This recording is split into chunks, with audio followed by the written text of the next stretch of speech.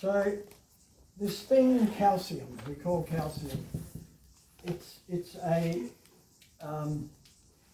a universal building block in biology, right? It's in our bones, it's in our teeth, it's in all our cells. It's a major plant nutrient, so it's actually what holds plants up. It's the building block. And interestingly, we use it a lot in building as well. So we've got the same calcium being used in building and in gardens or farming. And this is where we call this whole process generally in gardening and farming, we called it liming. And usually one of the most basic things is you take a pH test, which is easy to do. You can do it yourself. And what you find is if your pH is too acidic, you add lime to bring it back to 6.5. If it's too basic, if it's too limey, you actually have to add something like sulfur or sulfate to bring it back to the perfect 6.5. But anyway, a lot of soils use, you're told to use lime, but there's actually 3 different liming materials that you can use. The first one is just plain old limestone, calcium carbonate. It's also marble, so this is calcium carbonate, these are marble chips. Marble is made from limestone that's been compressed for millions of years under pressure with continental plates working on it. So marble is the hardest form of calcium carbonate. Then you go back to the other forms. Throughout the Earth's history, there has been massive drawdown of CO2 into shellfish, and they make calcium carbonate. Right? That's what a mollusk shell is. So all the little, all the clams, the pippies, the whatever else, all of the marine organisms pull CO2 and calcium out of the water and make themselves a shell. Right? They make a house. So calcium carbonate is a lot of the limestone deposits were originally shell. Then you've got another way where rainfall falling through rocks and rushing and working through soil, like in a cave, when it comes out into the air again and the water evaporates, it leaves behind the calcium.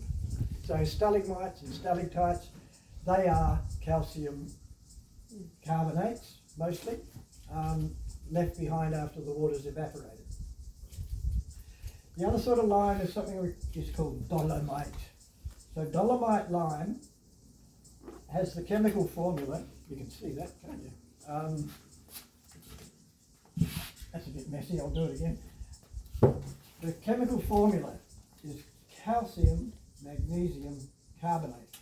So it's actually, you have a carbonate radical, whatever you call it. It has a negative charge on it. The calcium's got a positive charge. So what happens is, the magnesium's got a positive charge. These end up bonding together, CO3, yep. The whole thing is bonded together, like the carbonate, the calcium and the magnesium are all together in one big fat molecule. What happens then is when this goes onto the soil, onto the garden, and it starts to dissolve, it releases calcium and magnesium at a steady rate. So it's a very good lime if you need magnesium. If you don't need magnesium, you don't use dolomite. Right? You can overdo the magnesium. So that's dolomite. Now the next one is gypsum, which is calcium sulfate. How would you know if you needed magnesium? You get a soil test. Not just a pH test? No. You actually do a soil test? Okay. And you can do a very, very cheap, simple one. You can just actually do a soil test that gives you all these cations. Yeah, okay. If I get a chance, I'll bring it. often have a soil test out here, but I didn't. You know, a soil test is about 120, 130 bucks. And it'll save you that much. You have to take it somewhere? Oh, you send it, put it in, do your soil sample, put it in an envelope, send it to Victoria, Okay. and they'll send the results back. Okay. If you're into it, I'll show you what's involved. So we've done limestone, dolomite, now we'll do gypsum. Gypsum is calcium sulfate. That is a very fine white powder. Do I have it? That's it. Labelled gypsum. So again, it's a very fine white powder. This actually will dissolve in water quite readily. So you can actually put this on soil and it will work very quickly to give you calcium and sulfur. So it breaks up calcium and sulfur. Now because calcium is the positive charge and sulfur is a double negative charge, it's considered what we call neutral. It doesn't affect the pH. So if you've got good pH and you want to give calcium to something, you use gypsum. So especially where I sprinkle it liberally is around all the berries. So blueberries, blackberries, boysenberries, they're all in there. Strawberries, they all need a lot of calcium, but they don't want alkaline soil. They want acid soil and lots of calcium. So there's a few places, yeah. So that's where you can use your gypsum.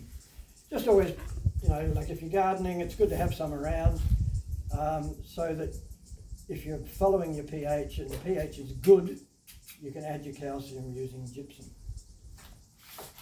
All right, that's good.